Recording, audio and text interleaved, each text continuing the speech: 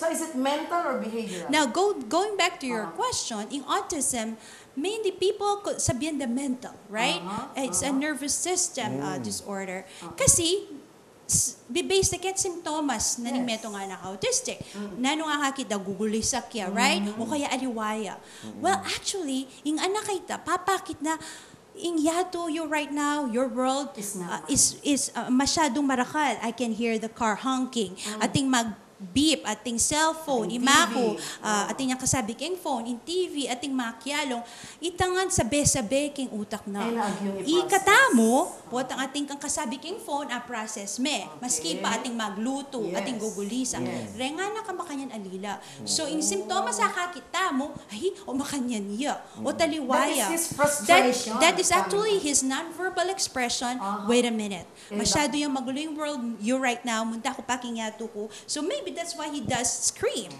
So to me, autism is actually a social relational disorder. Kasi buri na sabihan, I want to talk to you.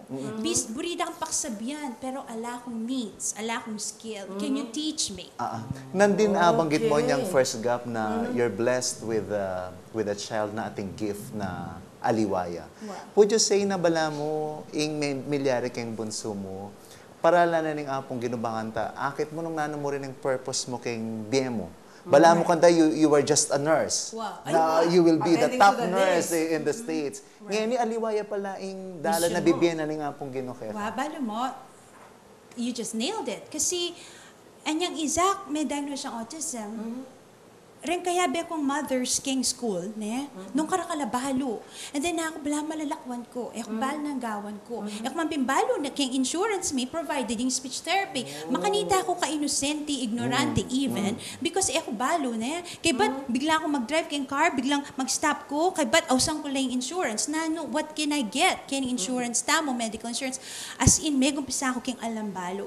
Ngayon, iakakit ko, Ketang sinabi mo na iyapin ni inburi na ning apong Ginoo amalyari, gamitan na ako na simbolo makasawp ko, emo ka ring anak ko, pero aturuking pangane ko.